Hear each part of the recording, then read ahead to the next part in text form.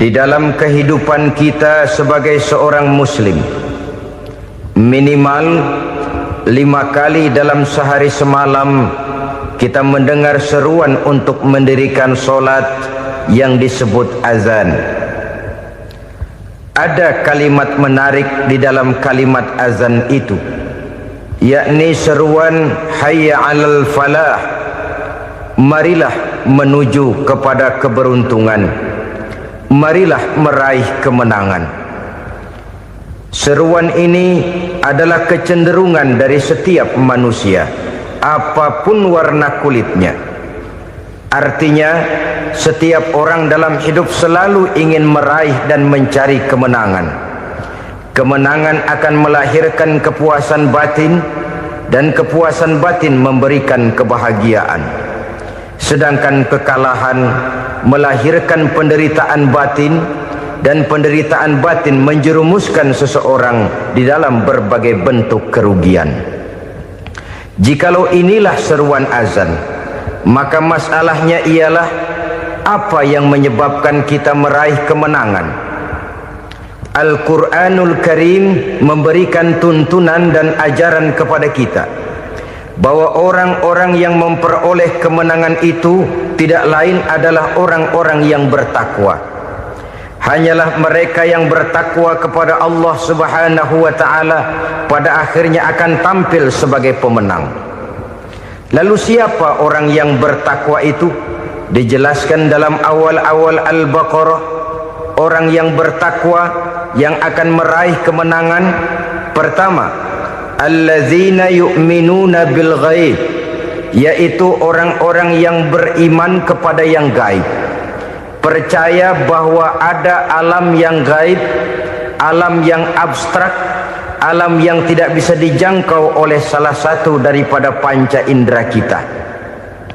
Mereka percaya dan beriman kepada adanya malaikat, beriman kepada adanya iblis dan jin, beriman kepada adanya alam kubur, beriman kepada adanya alam mahsyar, beriman kepada adanya alam akhirat, beriman kepada adanya surga dan neraka. Beriman bukan cuma sekedar beriman dalam ucapan bibir saja, tetapi beriman yang nilai iman itu mampu mewarnai gerak dan gaya hidupnya. Iman yang meresap sampai ke tulang sumsum, kemudian memberikan dampak positif di dalam kehidupan manusia. Alam, kita tahu, adalah sesuatu yang selain Allah, dan Allah bukanlah alam. Apapun namanya selain daripada Allah, itu adalah alam. Alam pada hakikatnya terbagi menjadi dua. Ada alam syahadah, alam nyata, alam konkret, alam yang bisa dijangkau oleh salah satu indera kita. Kemudian ada alam ghaib, alam yang tidak bisa dijangkau oleh panca indera kita, alam metafisika, alam abstrak, alam yang wajib kita imani keberadaannya. Kita percaya bahwa malaikat itu ada, kita percaya kepada jin, bahwa jin itu ada, kita percaya kepada adanya iblis dan setan. Bukan percaya kepada iblis dan setannya, percaya bahwa iblis dan setan itu ada. Itu termasuk salah satu daripada sifat orang yang bertakwa kepada Allah. Saudara-saudara kaum muslimin rahimakumullah, kecenderungan pembangunan yang lebih bersifat materialistis biasanya menggeser aspek kehidupan rohani. Orang berpikir empiri, dan dalam pola pikir yang demikian maka alam gaib tidak lagi mendapat perhatian. Aspek kehidupan yang bersifat rohaniah malah mulai ditinggalkan. Akibatnya terjadilah kepincangan di dalam kehidupan kita. Pernah ada satu pengalaman pribadi dalam perjalanan kembali ke tanah air. Dalam pesawat di sebelah kanan saya duduklah seorang Jerman namanya Heiner Simonsen. Iseng saya ajak kenalan, saya ajak ngobrol, saya tanya dia. Saya bilang, Mas Henner ini. Kalau pesawat yang kita tumpangi ini jatuh ke bawah, kira-kira apa yang bakal terjadi, Mas? Dia bilang, kita semua akan mati. Begitu? Ya. Oke. Apa itu mati? Tanya saya. Dia bilang, untuk tahu apa itu mati, kita harus tahu lebih dahulu apa itu hidup. Saya pikir nih bule bisa ngomong juga. Baiklah kata saya. Apa hidup menurut Anda itu? Oh, hidup itu dia bilang, kalau seluruh anggota badan kita bekerja secara normal, paru-paru memompa darah secara normal, jantung berdetak secara normal, sel-sel tubuh bekerja secara fit, dan organisme tubuh hanya mau bekerja secara normal, dia bilang, kalau kita memberi makan yang cukup, menu yang teratur, dan gizi yang lengkap. Saya bilang, kesimpulannya apa, Ner? Dia jawab, hidup adalah dari tangan ke mulut. Life is from the hand to the mouth, kata dia. Hidup adalah dari tangan ke mulut. Jadi masalah hidup tidak lebih daripada masalah isi perut. Orang pergi pagi, pulang sore, peras keringat, banting tulang, perut yang dibelain. Saya bilang, you are wrong. Sampean salah, Ner. Kamu orang Islam bukan? Bukan. Pantas. Kenapa saya salah? Dia bilang, ya jelas salah. Salahnya di mana? Kamu ini manusia. Kalau hidup cuma dari tangan ke mulut, saya bilang, kambing di kampung saya juga begitu pikirannya, Ner. Itu kambing di kampung saya, asal perutnya kenyang, sudah hidup dia. Perkara besok bagaimana, lusa prospeknya macam mana, bulan depan ada apa, kambing nggak pernah mikir. Di kampung saya kambing juga pikirannya begitu. Kamu Kristen ya? Tadinya. Loh kok tadinya, lalu apa sekarang kamu ini? Dia bilang, sekarang saya netral. Saya tidak beragama, tapi saya percaya kepada Tuhan sebagai pencipta alam. Saya ingat benar dia bilang, I haven't any religious, but I believe to God as the creator of the world. Kenapa bisa netral begitu, Ner? Habis saya bingung katanya. Islam bilang Islam baik, Kristen bilang Kristen baik, Hindu Buddha bilang Hindu Buddha baik, semua agama baik. Saya netral sekalian, nggak beragama. Yang penting saya percaya kepada Tuhan. Saya bilang, Ner, kamu ini kayak orang mau beli celana, lalu bingung. Yang satu bilang Levi's bagus, yang satu bilang Blue Jean hebat, yang satu bilang Wool England hebat. Celana ini hebat, celana itu bagus, celana ini hebat, semua celana bagus, kamu bingung. Akhirnya netral, tidak pakai celana. Itu juga salah. Saya pikir-pikir, kemudian saya melihat bahwa dua pola berpikir Henner ini nampaknya sudah mulai menggejala di lingkungan masyarakat bangsa kita. Disadari atau tidak, secara jujur kita harus berkata, dua pola pemikiran Henner ini mulai berkembang di tengah masyarakat bangsa kita. Pertama, pola pikir materialisme. Hidup adalah dari tangan ke mulut. Masalah hidup tidak lebih masalah isi perut. Itu yang perlu dibela, dan disitulah arti kehidupan. Pergi pagi, pulang sore, peras keringat, banting tulang untuk mempertahankan perut. Kalau sudah kemari cara orang berpikir, maka buat apa percaya kepada yang gaib? Untuk apa sholat? Untuk apa puasa? Untuk apa zakat? Untuk apa menghadiri majelis taklim? Tanpa kepercayaan kepada yang gaib, hidup berjalan menurut alur empiris dan materialis. Kalau sudah ke sana cara orang berpikir, biasanya orang lalu cenderung menghalalkan segala cara. Hanyalah orang yang percaya bahwa akhirat ada, hanyalah orang yang percaya bahwa alam kubur itu ada, hanyalah orang yang percaya bahwa malaikat itu ada, hidupnya akan lebih terarah dan terkendali. Karena kepercayaan kepada yang gaib, yang merupakan fase daripada kehidupan setelah hidup yang sekarang ini, mewarnai gerak pribadi seseorang di dalam dia melakukan kegiatan hidupnya. Pola berpikir materialisme, disadari atau tidak, mulai menggejala di lingkungan masyarakat bangsa kita. Hidup tidak lebih dari urusan tangan ke mulut, mulut ke tangan, tangan ke mulut. Asal perut sudah kenyang, hiduplah sudah. Perkara bagaimana prospek hari yang akan datang, bagaimana akhirat, tidak jadi persoalan. Ini yang oleh Nabi diperingatkan, ad-dunya sijnul mu'min wa jannatul kafir. Dunia adalah penjara bagi orang beriman dan surga bagi orang kafir. Dulu di zaman Belanda hadis ini pernah disalah tafsirkan, disalah artikan, digunakan sebagai senjata untuk mengkebiri dan membuat impoten umat Islam. Sudahlah umat Islam gak usah macam-macam, kata Belanda. Dunia ini kan penjara buat orang Islam, surga buat orang kafir. Di penjara jangan bertingkah.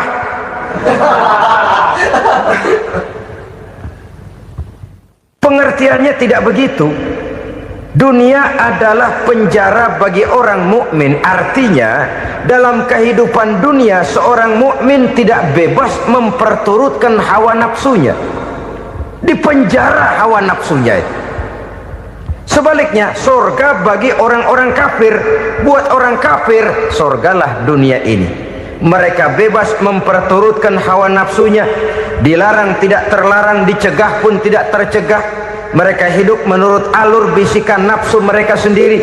Kemudian bila ajal datang, maut merenggut nyawa, selesailah surganya sampai di situ. Maka bagi orang-orang yang tidak percaya kepada adanya akhirat, kepada adanya alam gaib, surganya sebatas umurnya. Sekali lagi, surganya sebatas umurnya. Bila umur selesai, ajal pun datang merenggut nyawa, selesailah sudah surganya sampai di situ. Alangkah pendeknya perjalanan orang-orang yang tidak percaya kepada alam gaib ini. Bagi kita mukmin, jikalau kita mampu memenjarakan hawa nafsu, kita bisa bahagia di dunia ini. Dan Islam memang tidak menyuruh kita sengsara di dunia. Raih dunia, kejar dunia, gapai dunia sebagai alat untuk mencapai kebahagiaan di akhirat nanti. Hidup adalah satu perjalanan panjang yang terbentang sejak kita terlahir dari alam rahim sampai kepada alam akhirat nanti. Andai kata kita gagal meraih kebahagiaan di dunia, toh kita masih punya akhirat. Tapi jangan jadi dalil yang melemahkan semangat. Biarin dah kita di dunia kebelangsak, yang penting akhirat. Akhirnya dunia benar-benar kebelangsak. Bagaimana dunia ini bisa kita raih, dan bagaimana meraih dunia untuk menunjang kepentingan akhirat nanti. Yang kedua, dari pikiran Heiner yang saya lihat menggejala di lingkungan masyarakat bangsa kita, timbulnya manusia-manusia netral. Seolah-olah Tuhan yes, agama no. Sama Tuhan percaya, agama ogah. Tuhan ngangguk, giliran agama godeng. Padahal hampir dalam setiap ayat dalam Quran, kata-kata amanu biasanya bergandeng dengan wa amilus sholihat, iman dan amal soleh. Ini sebagai isyarat Tuhan dan agama jangan pernah dipisah-pisah. Apabila kita bertuhan, maka kita harus beragama. Apabila kita beragama, maka agama itu harus bersumberkan dari Tuhan yang kita imani itu. Tidak mungkin kita pisah, Tuhan yes, agama no. Sama Tuhan percaya tapi agama bikin sendiri. Sembayangnya cukup bengong 2 jam madep mulon.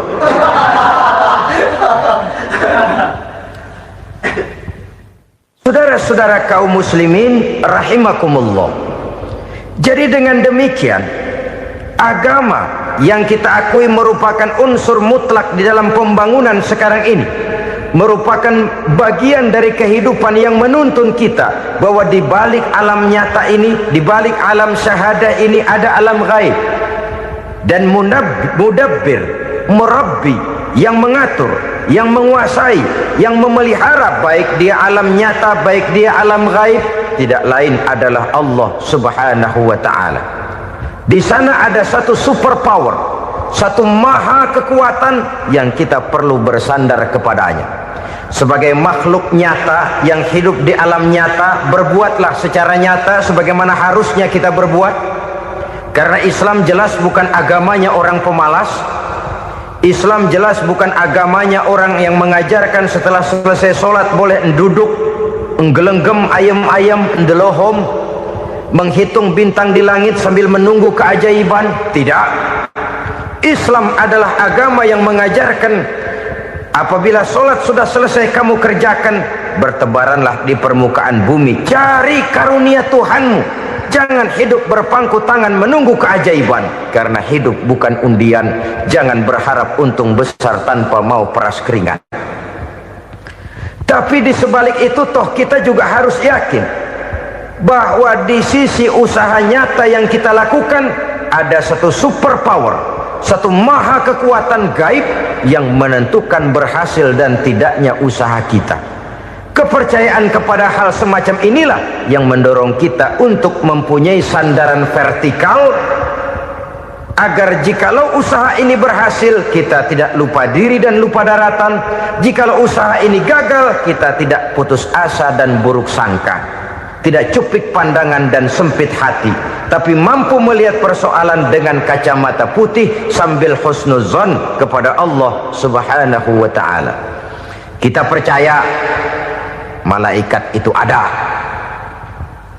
yang namanya raqib dan atid, mengawasi gerak hidup kita sampai kepada gerak hati kita. Ini memberikan sugesti agar kita berhati-hati, tidak sejengkal tanah pun kita bisa berlindung dari pengawasan raqib dan atid. Ada munkar nakir yang akan menyoal kita di alam kubur. Ada malaikat Malik, penjaga neraka. Ada malaikat Ridwan yang menjaga surga. Kita percaya kepada adanya jin, kita percaya kepada adanya setan, iblis. Percaya kepada adanya, bukan mempercayai si setan, si iblis lalu menjadikannya sebagai teman. Tidak. Percaya bahwa mereka itu ada dan merupakan makhluk Allah yang gaib yang diciptakan Allah Azza wa Jalla. Kepercayaan kepada alam gaib memberikan motivasi terhadap gerak lahir manusia, sehingga dengan motivasi kepercayaan kepada yang gaib, gerak lahir jadi lebih terarah, jadi lebih terpelihara. Pernah seseorang bertanya, "Pak, apakah adanya akhirat bisa dibuktikan secara ilmiah?" Saya bilang tidak bisa, tidak bisa. Kenapa? Karena yang berangkat nggak pernah pulang kembali lagi. Kalau dia pulang kemari bisa kita tanya bagaimana enak di sono. Cuma secara moral saya katakan, lebih beruntung orang yang percaya kepada akhirat daripada yang tidak. Sekarang saudara percaya akhirat ada, lalu saudara baik-baik di dunia, sholat, puasa, zakat, menolong orang lain, menebarkan kebajikan. Saudara mati, andai kata akhirat tidak ada, toh dalam hidup saudara sudah berbuat baik. Paling tidak nama saudara akan dikenang sebagai orang baik.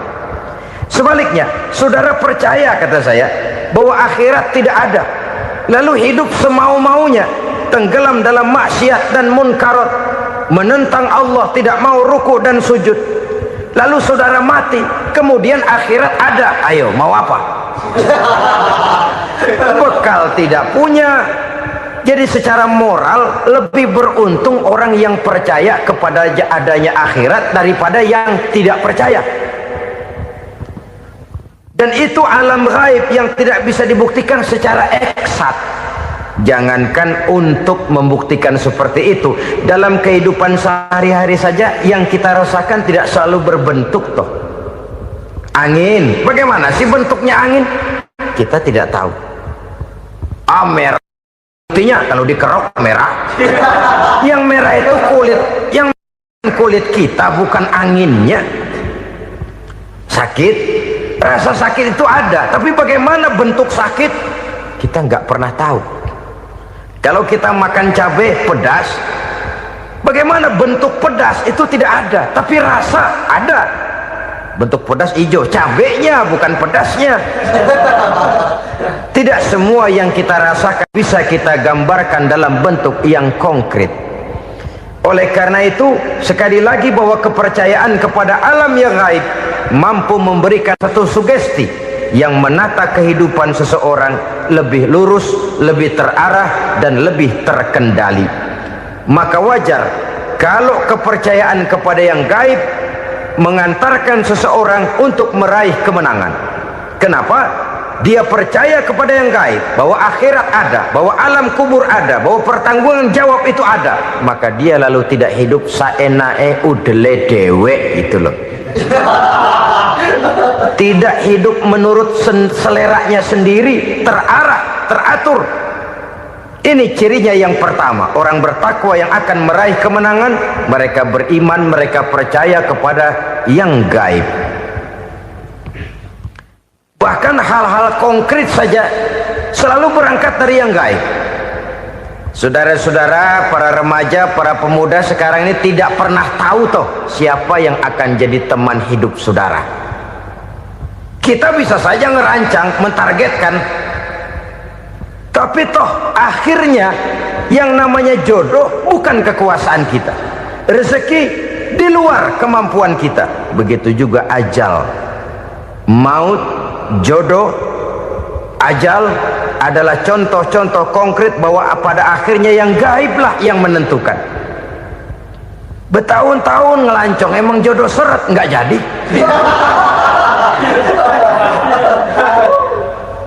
Begitu kenal baru setengah malam nginep ditangkap hansip kan. Hal-hal semacam itu kadang-kadang kita berpikir suuzon, gilet, perempuannya cakep banget, lakinya rebek amat. Memang begitulah jodohnya. Memang begitulah jodohnya. Saudara hadirin ma'asyiral muslimin yang saya hormati, jadi hal-hal yang konkret saja kita yakini sepenuhnya ditentukan oleh satu superpower yang gaib itu tadi. Dari sanalah segala ketentuan itu berangkat dan kesanalah segalanya akan kembali. Maka kepercayaan kepada yang gaib meluruskan gerak hidup seseorang dan itu akan mengantarkan dia kepada meraih kemenangan. Satu.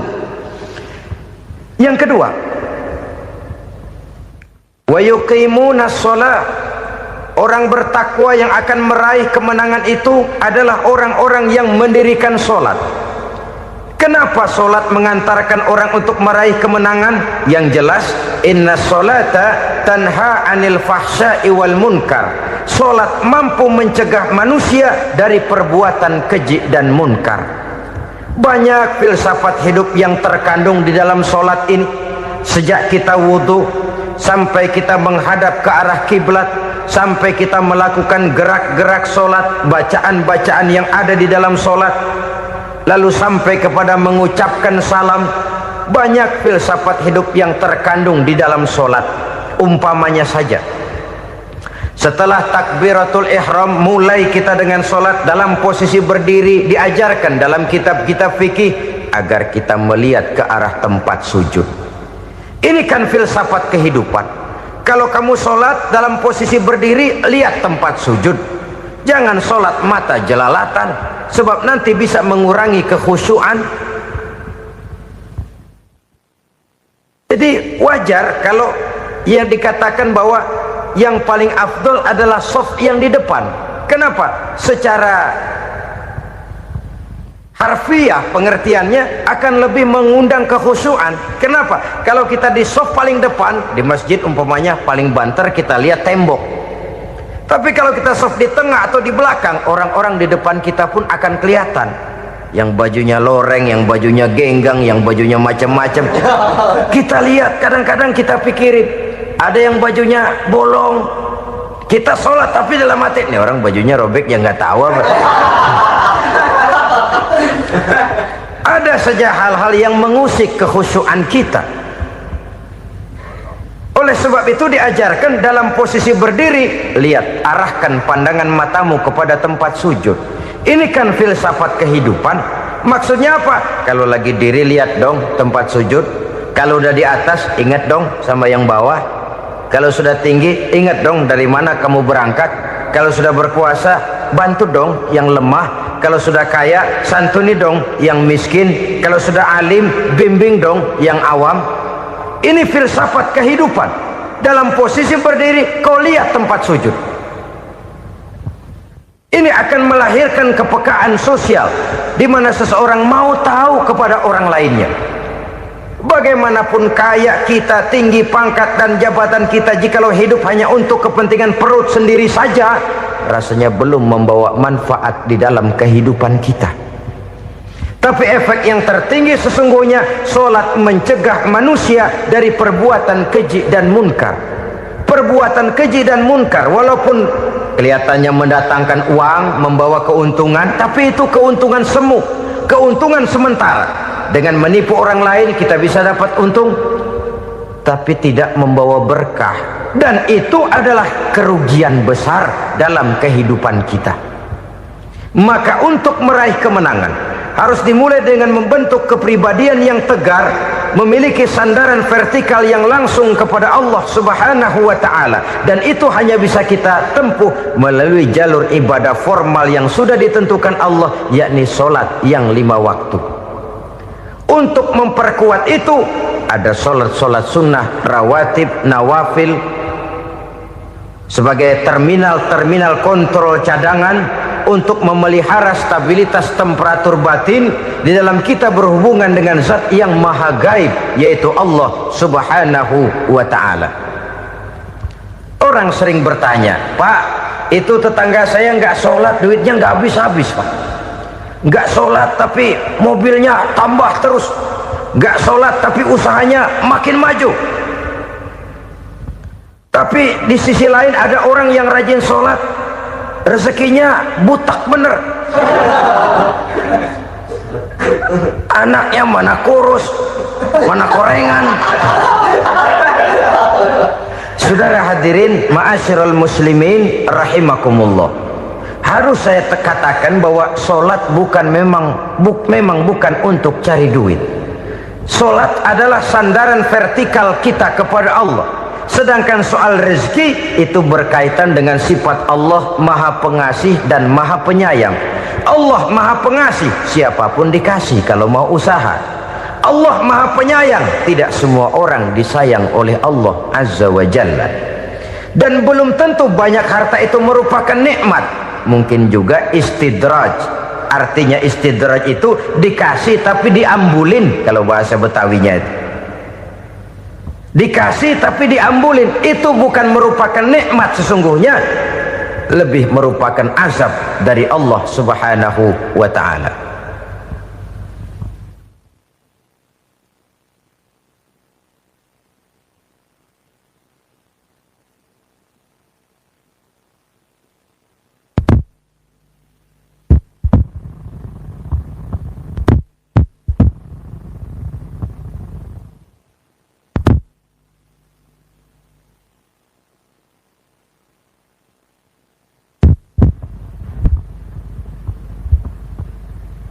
Agama mempunyai sistem solat, dan kita umat Islam telah dituntun oleh Allah Subhanahu wa ta'ala yang wajibnya 5 kali dalam sehari semalam mendirikan solat, dan itu tentu berada dalam jangkauan kemampuan manusia.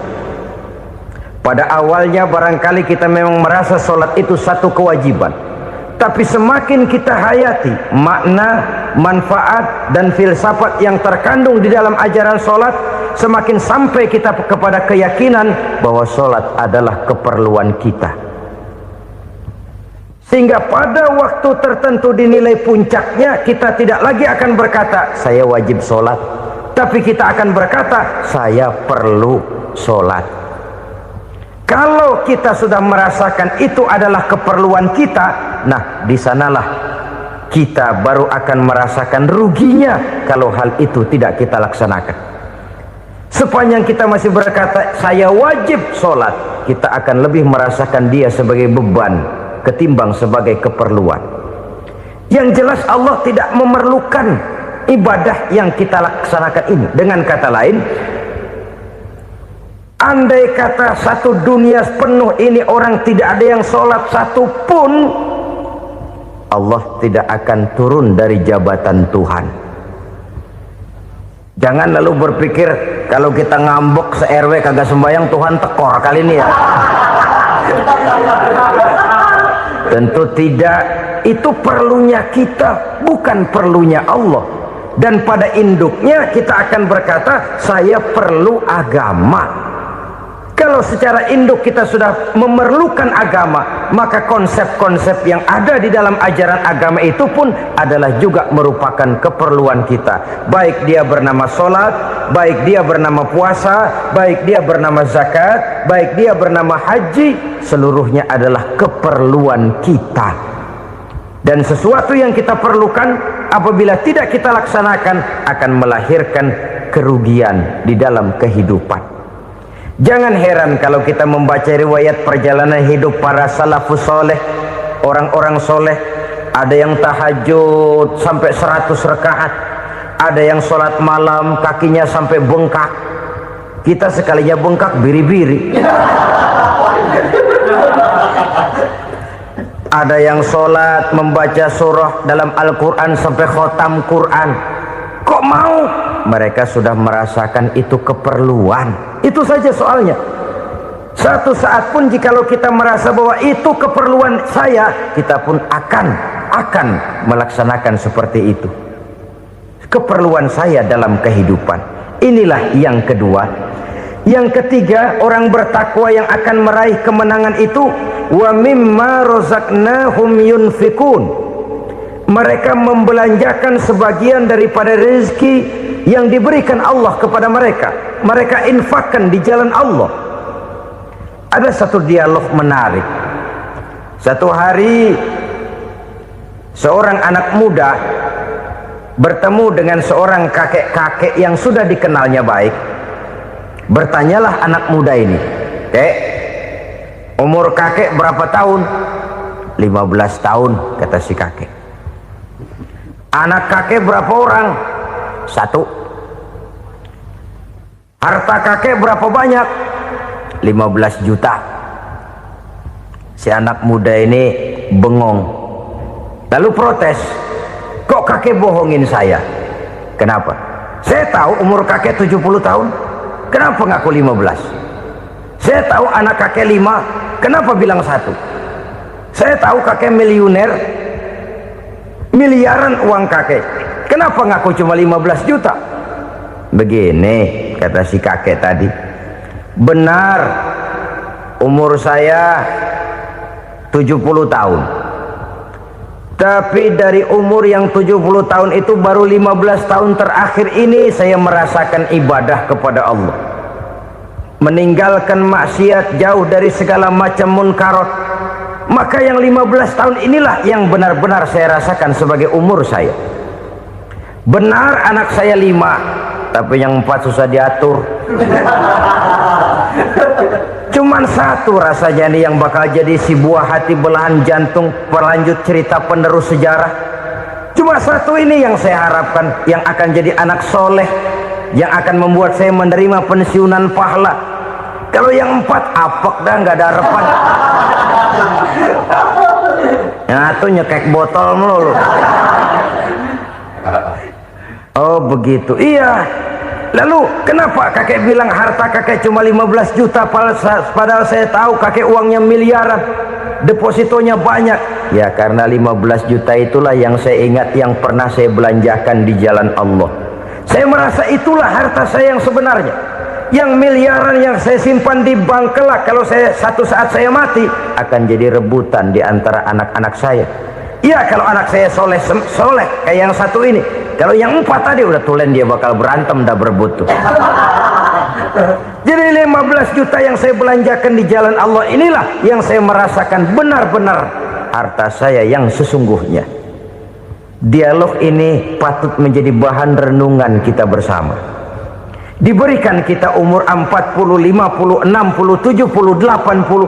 Berapa tahun dari umur yang diberikan itu yang jalan mulus, yang kita gunakan untuk melaksanakan ibadah?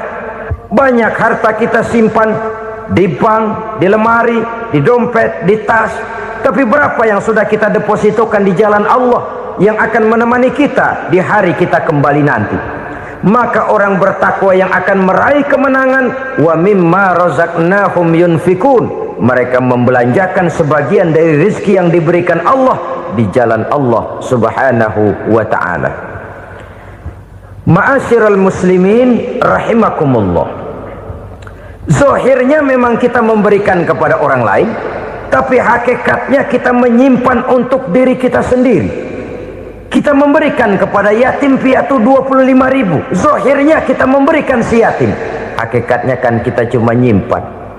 Saya berikan, titip kepadamu, ini untuk saya di akhirat. Kau boleh belikan baju, kau boleh belikan untukmu makan, kau boleh bayarkan sekolahmu, ini untuk saya. Hakikatnya kita nyumbang masjid 1 juta, zahirnya kita berikan kepada panitia masjid, tapi hakikatnya kan cuma titip 1 juta ya untuk saya di alam kubur nanti. Silahkan kau boleh belikan semen, ini uang, belikan besi, belikan pasir, saya cuma sekedar titip untuk kepentingan saya. Hakikatnya kita cuma sekedar menitip. Sebagaimanapun pada hakikatnya, apapun yang kita miliki dalam kehidupan kan cuma sekedar hak guna pakai, bukan hak milik mutlak. Harta kita, rumah kita, kendaraan kita, kebun kita, pabrik kita, hak guna pakai saja. Hak milik mutlak cuma untuk Allah subhanahu wa ta'ala. Saudara-saudara kaum muslimin rahimakumullah, ini yang ketiga. Kemudian yang keempat, orang-orang bertakwa yang akan meraih kemenangan, allazina yu'minuna bima unzila ilaika, mereka yang beriman, mereka yang percaya kepada apa yang telah diturunkan kepadamu Muhammad, ay Al-Quran, yakni Al-Quranul Karim. Setelah percaya kepada yang gaib, mendirikan solat, kemudian menginfakkan sebagian dari rezeki yang diberikan Allah, mereka juga lalu percaya kepada yang diturunkan terhadap Nabi, yaitu tidak lain Al-Quranul Karim. Sekali lagi di sini, percaya bukan hanya sekedar percaya saja, tetapi percaya lalu menjadikan Al-Quran itu sebagai pedoman hidup. Sebab memang Al-Quran itu adalah GBHM, garis-garis besar haluan muslim. Apa yang harus kita lakukan, apa yang harus tidak kita lakukan, bagaimana mestinya kita bertingkah laku dan berbuat, seluruhnya tercantum di dalam Al-Quranul Karim. Itu sebabnya ketika satu hari Aisyah ditanya bagaimana akhlak Rasul, beliau menjawab, kana Rasulullah sallallahu alaihi wasallam khuluquhul Quran. Akhlak daripada Rasulullah tidak lain adalah Al-Quran. Jawaban simpel ini memberikan gambaran bahwa keseluruhan daripada konsepsi Quran sudah diterjemahkan dalam kehidupan Rasulullah sallallahu alaihi wasallam. Karena kita tahu akhlak adalah keseluruhan dari gerak hidup manusia, sejak ia berpribadi, berumah tangga, bertetangga, bermasyarakat, sampai kepada berbangsa dan bernegara. Al-Quran tetap memberikan sentuhan nilainya. Oleh karenanya, orang-orang yang bertakwa adalah orang-orang yang menjadikan Al-Quran sebagai pedoman dalam kehidupannya. Dan kita yakini Al-Quran diturunkan kepada Nabi Muhammad bukan merupakan produk Nabi Muhammad. Isi dan redaksinya langsung dari Allah subhanahu wa ta'ala.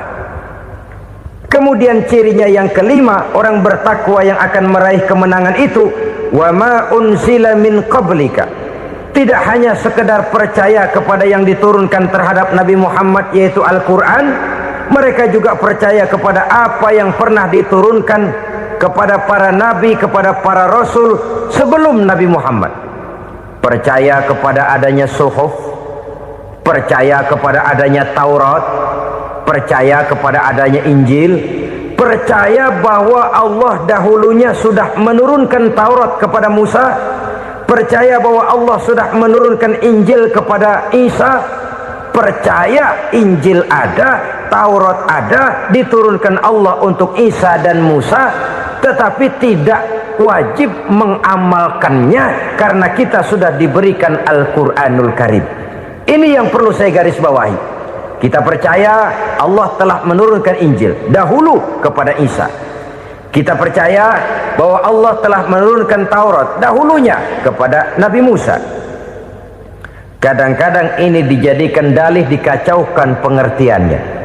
Quran saja mengajarkan bahwa orang yang bertakwa harus percaya kepada Injil, maka pakailah Injil. Apalagi kalau ayat sebelumnya ditilap, dihapus, dihilangkan, Injilnya yang ditekankan, maka akan terjadilah penekanan yang salah arah. Karena salah arah akhirnya bisa merusak dan menghancurkan akidah. Ketika Rasul suatu saat pernah ditanya orang, "Ya Rasul, bagaimana sikap kita sebagai muslim terhadap Injil yang ada sekarang?" Beliau menjawab, "La tukadzibuhu jami'an wa la tusaddiquhu jami'an." Jangan didustakan seluruhnya, jangan juga dibenarkan semuanya. Artinya, ini sudah merupakan gambaran dari Rasul bahwa dalam Injil yang ada sekarang masih ada ajaran-ajaran tauhid yang dibawa oleh Nabi Isa dan diajarkan kepada umatnya. Tapi juga dalam Injil yang sekarang ini sudah terkena intervensi dan investasi manusiawi. Karena itu Rasul menyimpulkan, la tukadzibuhu jami'an wa la tusaddiquhu jami'an. Jangan didustakan semua, jangan dibenarkan seluruhnya. Kita memang percaya Allah telah menurunkan Injil kepada Nabi Isa dulu, tapi kita tidak wajib mengamalkan Injil. Kita percaya Allah telah menurunkan Taurat kepada Nabi Musa, tapi kita tidak wajib mengamalkan kitab ajaran Taurat. Yang wajib kita percayai dan kita amalkan hanyalah Al-Quranul Karim. Kenapa? Oleh karena baik yang ada di dalam Taurat, baik yang ada di dalam Injil, tentu tercakup di dalam Al-Quran sebagai kitab terakhir yang diturunkan oleh Allah Subhanahu wa Ta'ala. Dan itu wajar. Kalau seorang pejabat mau mengeluarkan satu keputusan baru, tentu dia harus meninjau keputusan-keputusan lama. Andai kata dianggap tidak berlaku, dianggap tidak relevan lagi, maka keputusan-keputusan lama itu tentu sudah dianggap tidak berlaku. Sebagian daripada aturan-aturan dalam keputusan lama yang masih dianggap relevan tercantum dalam keputusan baru yang wajib diamalkan. Begitulah hubungannya antara Al-Quran, Taurat, Zabur, dan Injil. 4 kitab samawi yang diturunkan Allah masing-masing kepada Zabur untuk Nabi Daud, Taurat untuk Nabi Musa, dan Injil untuk Nabi Isa alaihi wassalatu wassalam. Ketiga-tiga kitab itu kita percayai adanya. Kita yakini Allah telah menurunkan Zabur, Taurat, dan Injil, tapi kita tidak wajib mengamalkannya. Yang wajib kita mengamalkannya sekarang ini tidak lain hanyalah Al-Quranul Karim saja, karena ia mencakup apa yang ada di dalam Zabur, apa yang ada di dalam Taurat, dan apa yang ada di dalam Injil. Keotentikannya bisa dipertanggungjawabkan. Ya, tapi kan Nabi Muhammad sudah mati 14 abad yang lalu, dan di zaman beliau Al-Quran kan belum dikodifikasikan, belum ditulis. Bagaimana keotentikannya bisa dipertanggungjawabkan? Mudah saja. Allah berjanji, inna nahnu nazzalna dzikra wa inna lahu lahafizun. Kami yang menurunkan Al-Quran dan kami yang akan menjaga dan memeliharanya. Allah turunkan Quran, Allah menjaganya. Bagaimana cara Allah menjaga Al-Quran itu? Banyaknya orang-orang yang hafaz Al-Quran. Hafaz Al-Quran 30 juz, 114 surah, 6.666 ayat. Sehingga jangankan satu kata, jangankan satu ayat, satu kalimat saja berubah sudah akan timbul reaksi dan mudah dimengerti. Kenapa? banyak orang-orang yang hafaz Al-Quran. Sedangkan pada setiap akhir tahun biasanya malaikat Jibril selalu mengadakan checking terhadap ayat-ayat yang diturunkan pada waktu itu. Di zaman Nabi sendiri sudah ada usaha kodifikasi. Dan yang lebih luar biasa lagi, sampai hari ini tidak seorang pun mampu membuat satu ayat saja semacam Al-Quran. Ke bahasa manapun dia diterjemahkan, naskah aslinya tetap ikut, rujukan dasarnya tetap ada. Berdasarkan itu, maka tidak mungkin terjadi penyelewengan terhadap atau pemalsuan terhadap ayat-ayat Al-Quranul Karim. Kesuciannya, keotentikannya, kemurniannya bisa dipertanggungjawabkan. Ma'asyiral muslimin rahimakumullah. Oleh karenanya, konsepsi dasar daripada ajaran Islam ini memang tidak lain adalah Al-Quran dan Sunnah. Isi daripada agama Islam yang merupakan iman, Islam dan ihsan, konsepsi dasarnya tidak lain adalah Al-Quran dan Sunnah Rasulullah Sallallahu Alaihi Wasallam. Maka yang kita perlukan sekarang ini adalah terjemahan Al-Quran di dalam kehidupan kita. Dengan demikian, maka gaya kehidupan yang lebih Qurani itulah yang kita dambakan. Kita perlu memang terjemahan Quran dalam bahasa Inggris, dalam bahasa Belanda, dalam bahasa Jepang, tapi yang lebih kita perlukan adalah terjemahan Quran di dalam kehidupan kita. Konsekuen, tidak memanipulasi, ringan sama kita jinjing, berat sama kita pikul. Jangan kalau lempengan ayat Quran tuh kira-kira enak diamalin, keras teriakan kita. Giliran kira-kira ayat Quran itu mukul kepala kita sendiri, diam kita. Itu ciri yang pernah disindir Allah dalam awal-awal Baqarah juga. Ciri beragamanya orang yang munafik. Kullama adha'a lahum masyawfih, kata Allah, wa iza azlama alaihim qamu. Apabila terang mereka jalan, apabila gelap mereka berhenti. Artinya kalau kira-kira di Islam nguntungin, rame-rame pada teriak Islam. Tapi ketika diminta untuk berjuang, ketika dituntut untuk berkorban, rame-rame mengundurkan diri. Nasib agama tidak ubahnya seperti daun pisang yang dikait orang di tepi jalan lantaran tak berpayung di ketika hari hujan. Manakala hujan usailah sudah, daun itu pun dicampakkan di tepi jalan, diinjak pula orang nan lalu. Artinya orang menjadikan agama cuma sebagai lipstick, decoration only, tidak konsekuen. Hanya pada saat-saat kelihatannya Islam membawa keuntungan, rame-rame orang teriak-teriak tentang Islam. Tapi jikalau diminta berjuang, jikalau dituntut untuk berkorban, biasanya rame-rame juga mengundurkan diri. Jangan heran kalau mayoritas hitungan kita, tapi minoritas peranan kita. Kuantitas kita dalam jumlah, tapi dalam kualitas kita lebih sering jadi penonton daripada jadi pemain.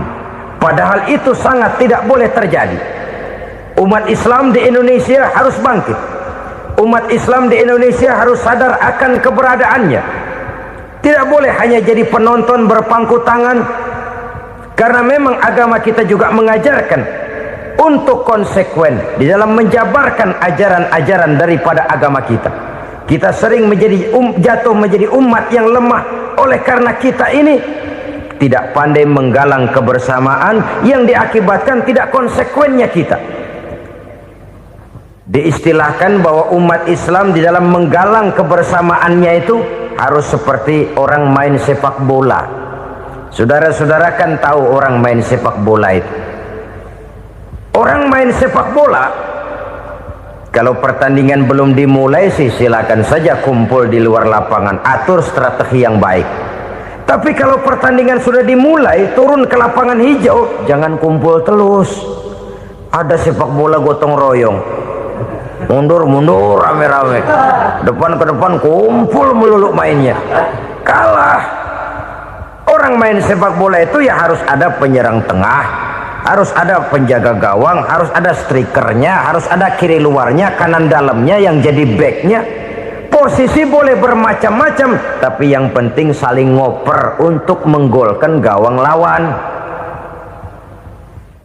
Begitulah umat Islam ini. Boleh ada yang jadi pejabat, boleh ada yang jadi pengusaha, boleh ada yang jadi petani, silakan ada yang jadi seniman, ada yang jadi penyair, ada yang jadi artis sekalipun. Tapi kalau sudah berhasil menguasai bola, jangan lupa operannya. Operan itu yang langka. Kita ini muslim kadang-kadang kalau sudah memegang menguasai bola, kalau belum mau mampus, belum mau ngoper. Nanti kalau sudah nggak punya bola, baru mau ngoper. Kalau sudah dengar-dengar mau dekat pensiun, baru mau jihad, baru mau berjuang, baru mau ngurus pesantren. Tanda tangan sudah tidak laku, memo sudah tidak dihargai, baru mau berjuang. Kemarin kemana, Mas? Kita tidak pandai memanfaatkan posisi. Dengan kata lain, kalau kembali kepada persoalan kita, konsekuensi kita terhadap agama yang kita anut ini belum ideal. Kita masih lebih sering berislam ini pada saat-saat yang menurut perhitungan kita membawa keuntungan. Tapi kalau diminta berjuang, dituntut berkorban, yang itu pun hakikatnya adalah untuk kepentingan kita juga. Allah tidak pernah menuntut kita untuk jihad bagi kepentingan Allah, itu tidak. Berjuang menegakkan agama Allah, apakah untuk kepentingan Allah? Tidak. Untuk kepentingan kita. Sebab nilai-nilai jihad itu pada akhirnya akan membawa kita kepada satu kebahagiaan. Setidaknya kalau tidak di dunia, tentu di akhirat sebagai syahid. Oleh karena itu, pada bagian akhir ini saya ingin mengajak, marilah kita konsekuen. Sekali kita berkitabkan Al-Quranul Karim, mari dia kita jadikan pedoman. Jangan cuma kita jadikan sebagai penghias dinding, pelengkap rumah, bahwa di rumah kita ada Al-Quran, tapi yang baca kecoa. Habis pada bolong tuh Quran. Yang penting kan punya Quran. Ditaruh di pintu rumah, biar apa? Biar kuntilanak kagak masuk katanya. Ya apa itu nasib Quran, cuma kerjanya jaga pintu, ngusir kuntilanak, ngusir memedi. Bagaimana kita hidup menurut tuntunan Al-Quran? Kadang-kadang tidak pernah menjadi masalah bagi kita. Maka bagaimanakah Al-Quran akan mungkin membawa keberkahan dalam hidup kalau ajarannya kita injak-injak dalam keseharian kita? Mewujudkan gaya hidup yang lebih Qurani, itulah yang akan kita rintis di dalam kehidupan kita, bertahap, step by step, menurut kemampuan yang ada pada kita. Jika jalan ini tidak bisa kita selesaikan, percayalah akan ada generasi penerus yang akan melanjutkan usaha dan cita-cita mulia itu. Jadi percaya kepada Taurat, percaya kepada Injil, sekedar percaya Allah dahulunya sudah menurunkan itu, tapi kita tidak wajib mengamalkannya. Kenapa? Generasi Injil masa berlakunya sudah kedaluarsa. Taurat masa berlakunya sudah kedaluarsa. Injil pernah berlaku untuk orang Nasrani di zaman Nabi Isa. Taurat pernah berlaku untuk orang Yahudi di zaman Nabi Musa. Setelah generasinya berlalu, datang Rasul penutup yang membawa Al-Quranul Karim, maka Al-Quran itulah yang berlaku menjadi pedoman sampai hari akhir nanti. Jangan jauh dari Al-Quran, karena apabila ini kita lakukan, maka kita akan kembali kepada satu gaya hidup yang jauh dari tuntunan agama, dan itu artinya kita akan semakin jauh untuk meraih kemenangan. Saudara-saudara kaum muslimin rahimakumullah, yang keenam, yang terakhir, orang-orang bertakwa yang akan meraih kemenangan itu wabil akhirati hum yuqinun. Mereka percaya, mereka yakin seyakin-yakinnya akan adanya hari akhir, di mana seseorang akan mempertanggungjawabkan seluruh perbuatannya di dalam hidup ini, dan tidak ada satu perbuatan yang bagaimana kecilnya sekalipun yang tersembunyi dalam pandangan manusia yang tidak akan dibukakan persoalannya di mahkamah Qadi Rabbul Jalil di akhirat nanti. Itulah sebabnya maka percaya kepada akhirat disebut secara khusus. Padahal di awal tadi sudah dijelaskan yu'minuna bil ghaib, percaya kepada alam gaib, dan alam gaib ini termasuk akhirat. Kenapa pada bagian akhir disebut lagi akhirat? Karena ternyata bahwa kepercayaan kepada adanya akhirat merupakan induk dari kepercayaan terhadap adanya malaikat, setan, jin dan lain sebagainya, dan akan lebih memberikan sugesti dalam kehidupan manusia untuk meluruskan gerak hidupnya. Jikalau satu saat tergerak hati akan berbuat kejahatan, ingin mencuri, sadarlah, awas ada akhirat. Sebab kalau kita cuma teriak awas ada polisi, itu cuma tertunda sementara, begitu polisi meleng embat. Kalau kita ingin berbuat jahat cuma berteriak awas ada hansip, cuma sementara hansip itu ada. Tapi kalau ceritanya awas ada akhirat, mau menyeleweng awas ada akhirat, mau berjudi awas ada akhirat, mau mencuri awas ada akhirat. Keyakinan yang akan meluruskan gerak hidup manusia sehingga gerak itu jadi lebih terarah dan terkontrol, tidak merugikan baik diri sendiri, lebih-lebih orang lain. Ternyata bahwa kepercayaan kepadanya adanya hari akhirat sanggup menjadi sumber daya kontrol dari kehidupan manusia, sehingga ia tidak terjebak dalam perbuatan maksiat dan munkarat.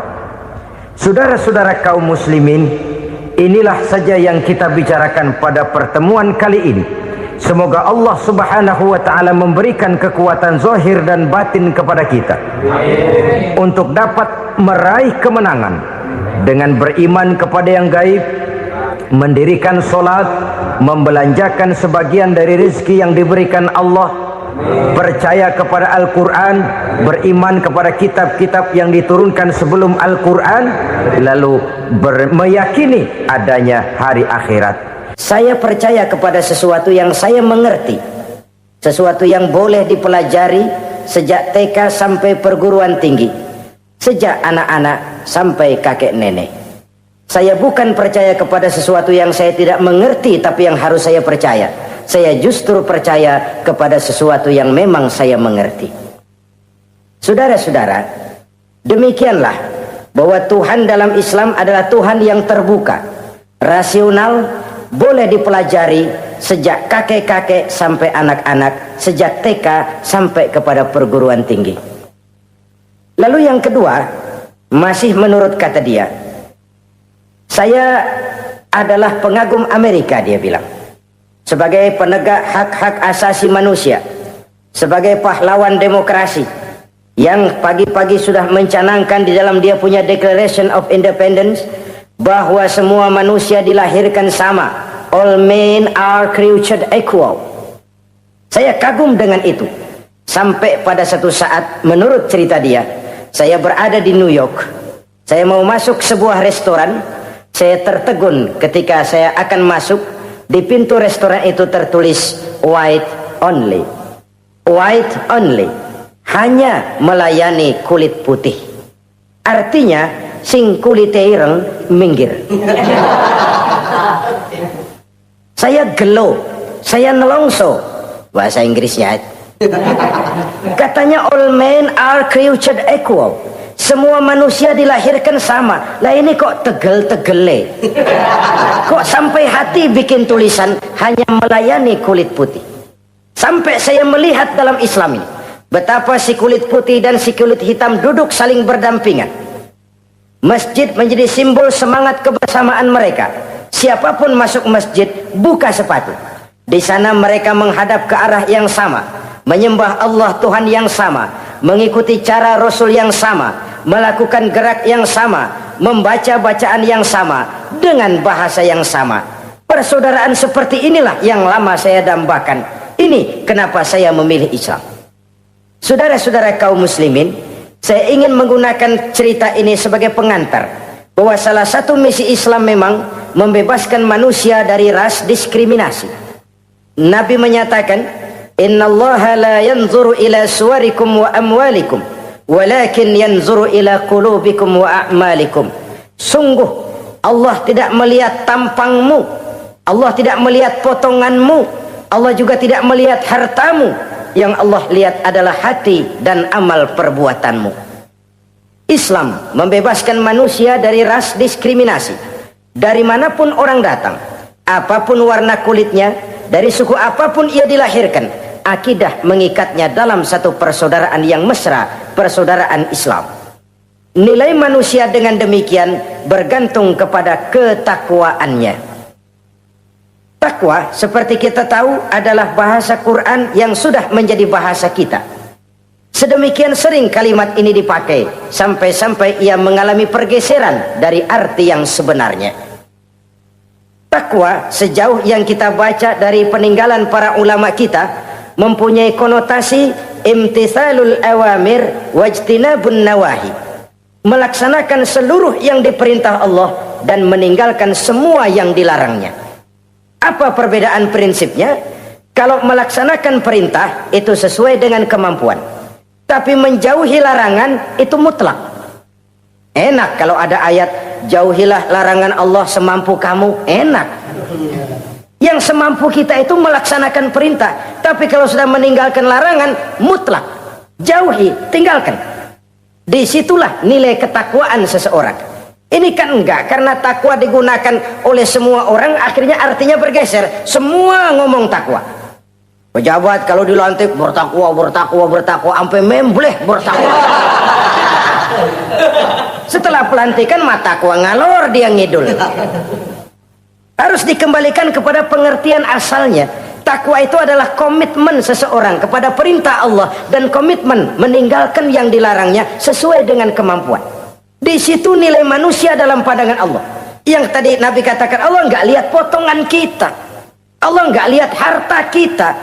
Yang Allah lihat adalah hati dan amal perbuatan, dan itulah takwa itu. Maha benar Allah dengan firman-Nya yang menyatakan, inna akramakum indallahi atqakum. Yang paling mulia di antara kamu dalam pandangan Allah adalah orang yang paling bertakwa kepadanya. Sering sekali sekarang ini kalimat agama digunakan untuk maksud yang tidak sama dengan maksud agama. Ya contoh kalimat takwa ini. Atau misalnya kita baca iklan, telah berpulang ke rahmatullah dengan tenang. Kalau dengan tenangnya sih boleh dah, mana ada orang mati kelojotan. Tenang. Tapi ke rahmatullah. Rahmatullah itu kan artinya kasih sayang Allah. Kasih sayang Allah itu kan surga. Kalau bajingan mati, enggak ke rahmatullah pulangnya. Kalau mau jujur mestinya telah pulang ke neraka. Kalau mau jujur, kalau mau pakai bahasa netral sopan, telah berpulang. Begitu sajalah. Pulang kemana? Ya sesuai dengan amalan dia. Tapi kita kadang salah kaprah menggunakan kalimat rahmatullah untuk yang tidak baik. Termasuk di dalamnya penggunaan kalimat takwa ini. Padahal disinilah nilai manusia dalam pandangan Allah. Kalau manusia dinilai dari potongannya, oh bintang film nomor 1 masuk surga. Kalau manusia dinilai dari hartanya, konglomerat nomor 1, kita mau belakangan, buncit banget gitu.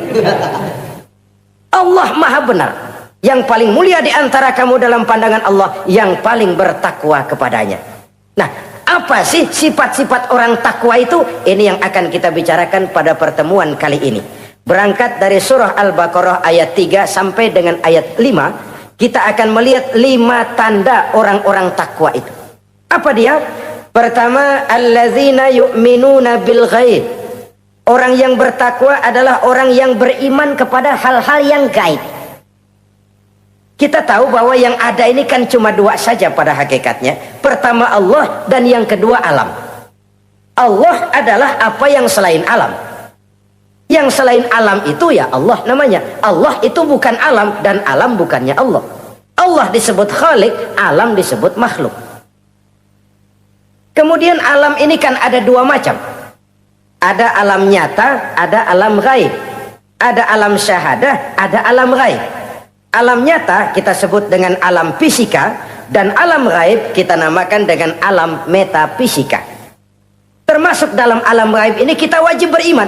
Akhirat, alam gaib, kita percaya akhirat itu ada.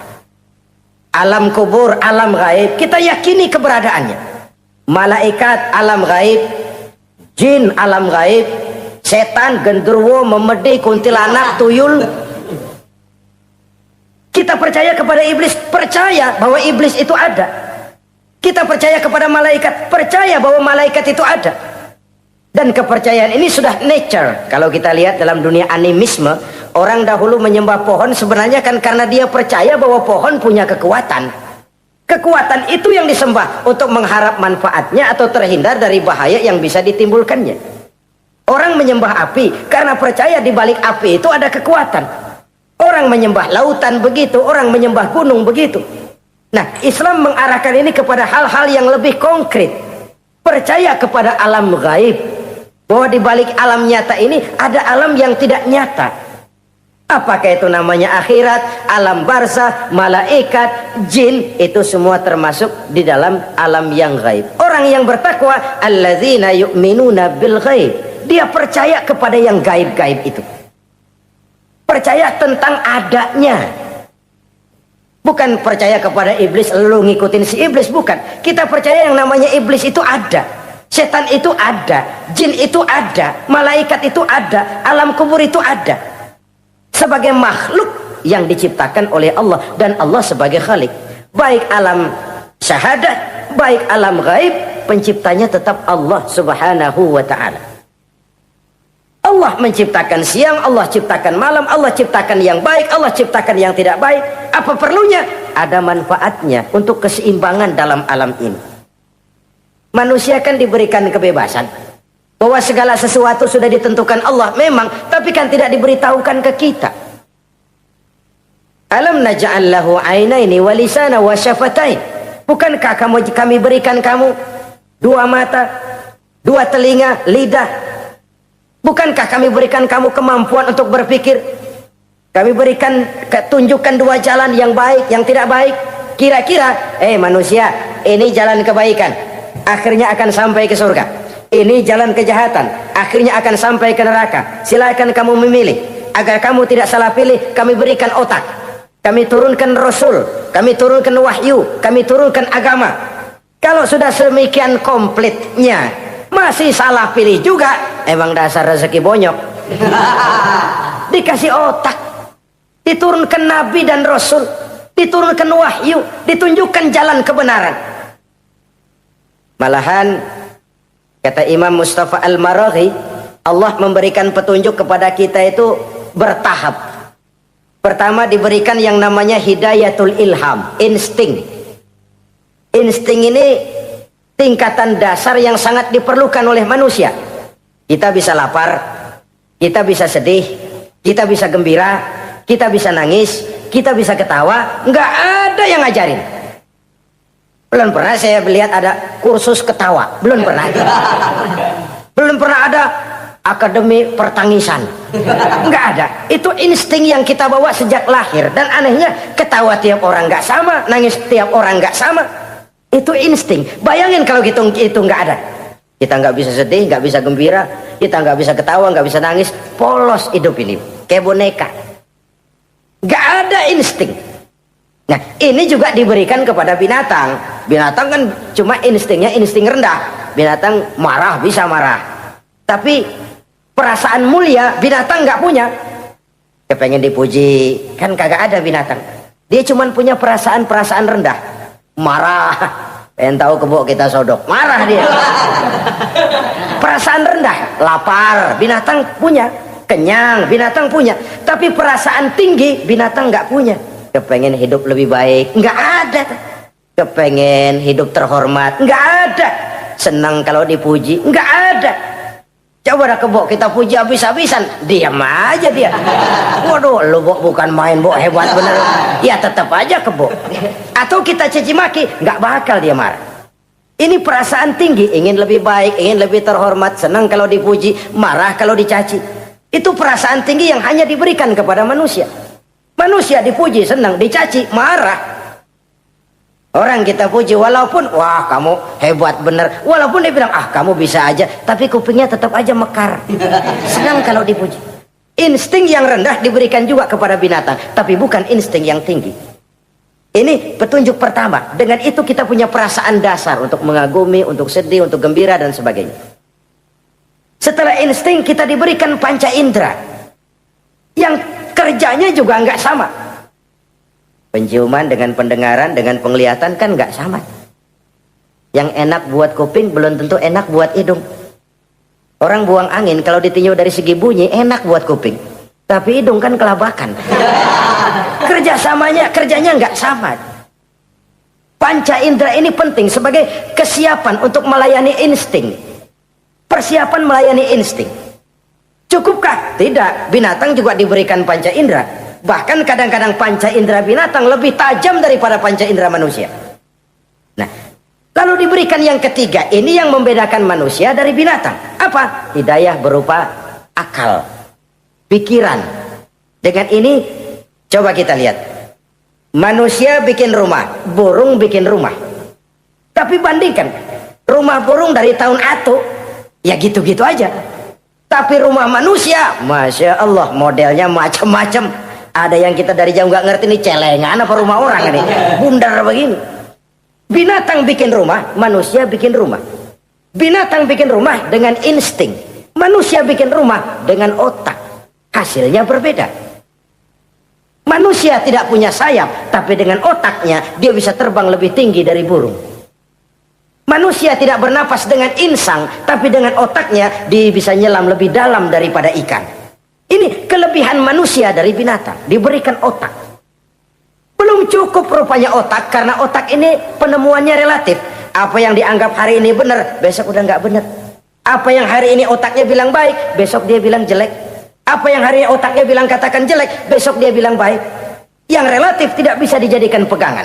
Maka Allah lalu memberikan yang keempat, Hidayatuddin namanya, petunjuk berupa agama. Diberikan insting, diberikan panca indera, diberikan otak, lalu diberikan agama. Turun para rasul yang 25 itu yang merupakan mata rantai yang berkaitan, tidak terpisah. Misi samawi, semuanya sama, bersumber dari Allah yang satu itu. Setelah agama datang, masih ada yang lebih penting. Apa? Hidayah yang disebut taufik, persesuaian kehendak antara kita dengan Allah.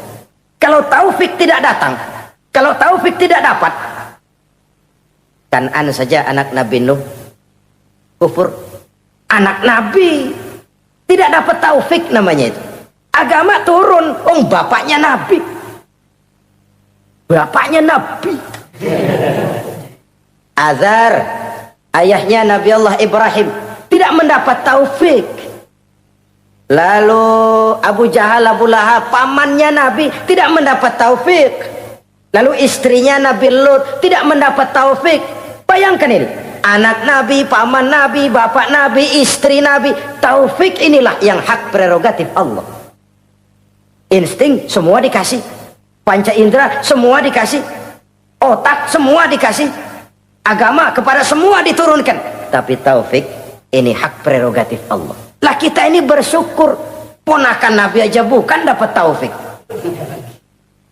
Tidak sekedar mendengar Islam, mendengar agama, tapi mengikuti agama itu sendiri.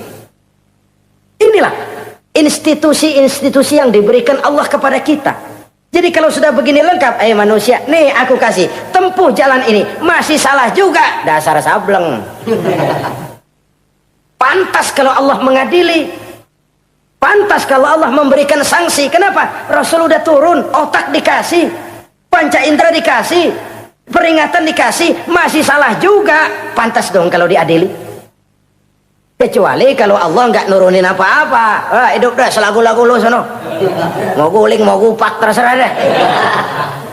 Kalau begitu lalu ada pengadilan, nggak adil. Ini institusinya lengkap kok.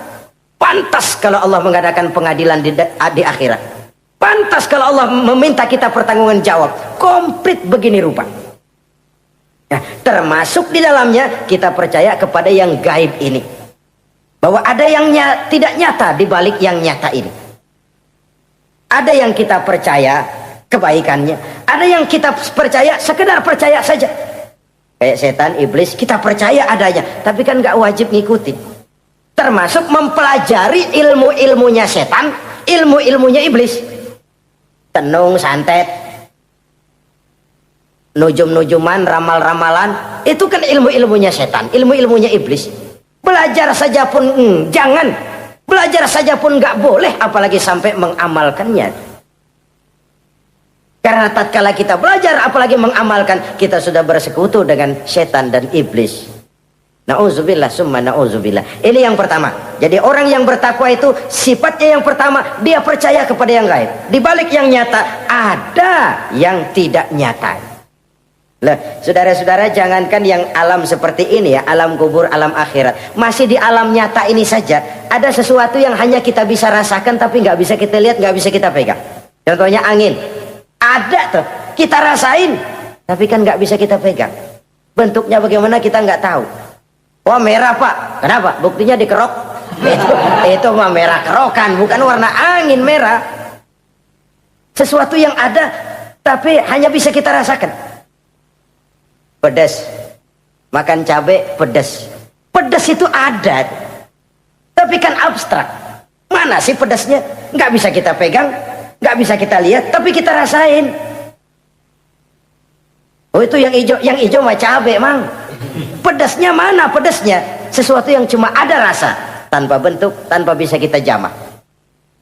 Ini satu langkah untuk mengantar kita memahami yang gaib, yang masih dalam alam nyata saja. Ada sesuatu yang kita cuma merasakan adanya, tapi kita nggak bisa lihat, kita nggak bisa pegang. Makanya ada orang tanya, Pak, itu kalau orang mati dibacain Fatihah di sono apa pahalanya nyampe tuh? Saya jawab, kalau ente nggak percaya mati dulu dah.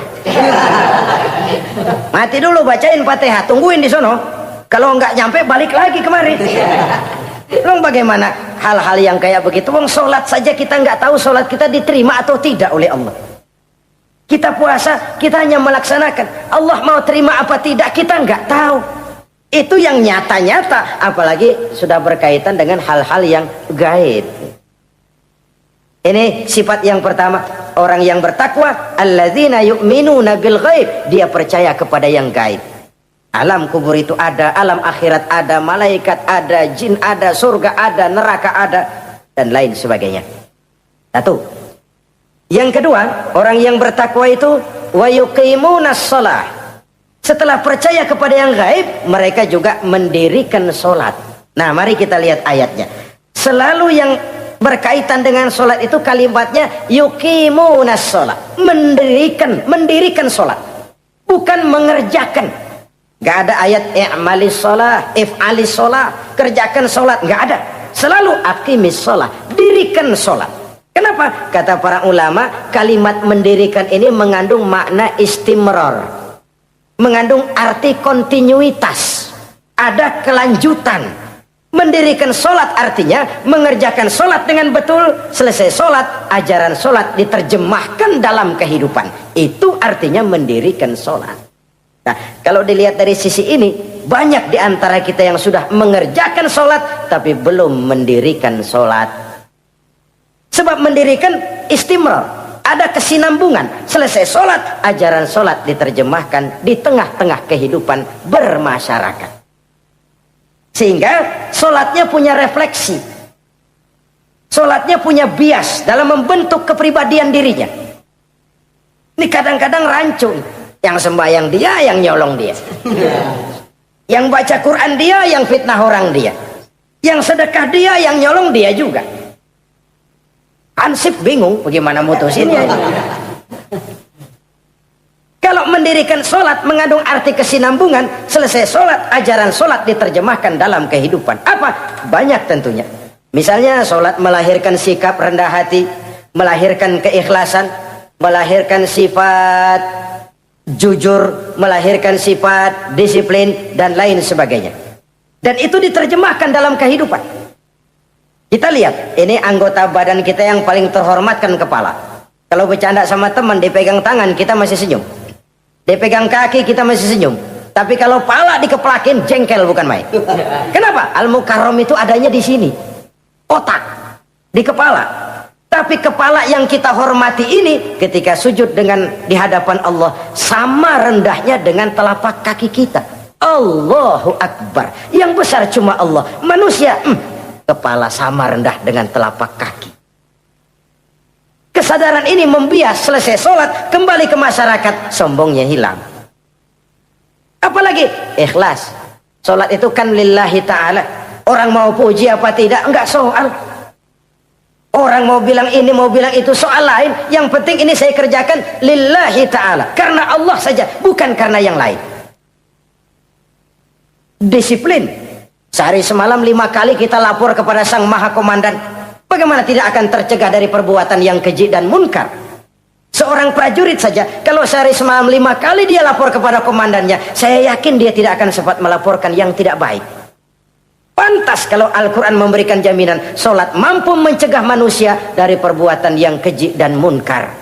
Masih ada yang tanya, Pak, katanya sembahyang mencegah orang berbuat jahat. Iya, teman saya kok sembahyang nyolong ayam. Bagus, sembahyang nyolong ayam. Coba nggak sembahyang, nyolong motor. Gedean lagi yang dicolong.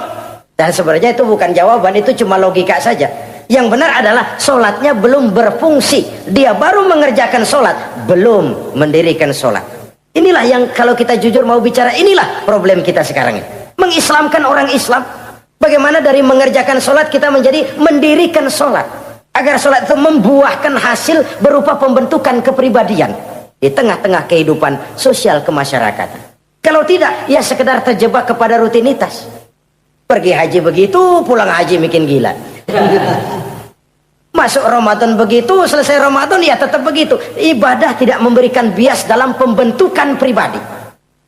Itulah sebabnya digunakan kalimat yuqimunas sholat, mendirikan sholat, yang mengandung arti berkesinambungan. Selesai sholat, jiwa dan semangat, ajaran dan filsafat sholat diterjemahkannya dalam kehidupan sehari-hari. Saudara-saudara kaum muslimin rahimakumullah, sifat yang ketiga dari orang takwa adalah wa mimma razaqnahum yunfiqun. Mereka menginfakkan sebagian dari rizki yang diberikan Allah kepada mereka. Rizki menurut definisi yang diberikan para ulama kita, ar-rizqu bimakna al-ata hissiyan kana aw ma'nawiyan. Rizki adalah pemberian, baik yang abstrak maupun yang konkret. Selama ini kita sering mengartikan rizki hanya dalam bentuk uang, sehingga rizki kita dibatasi oleh pengertian kita sendiri. Padahal tidak cuma uang, ilmu adalah rizki, jabatan dan kedudukan adalah rizki, otoritas dan wibawa juga rizki, anak, istri, suami juga rizki. Ketika ayat ini mengatakan wa mimma razaqnahum yunfiqun, mereka menginfakkan sebagian dari rizki, yang dimaksud di sini adalah rizki yang konkret dalam bentuk materi, uang, benda dan lain sebagainya. Orang yang bertakwa sadar benar, dari Allah rizki datang, ke jalan Allah rizki dibelanjakan. Semakin kita rajin membelanjakan rizki di jalan Allah, biasanya akan semakin mengalir rezeki dari Allah.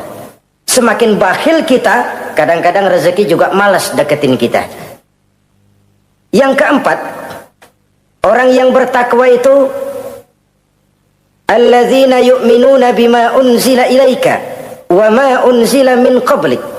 Mereka beriman, mereka percaya kepada apa yang diturunkan terhadap Muhammad, yaitu Al-Quran, wa ma unzila min qablika, dan apa yang telah diturunkan sebelum kamu, yaitu Taurat, Zabur dan Injil. Orang yang takwa percaya bahwa Allah dahulu telah menurunkan Taurat kepada Musa, Allah telah menurunkan Zabur kepada Nabi Daud, Allah telah menurunkan Injil kepada Nabi Isa. Percaya sekadar percaya, tidak wajib mengamalkan ajarannya. Kita percaya Taurat itu kitabnya Allah, Injil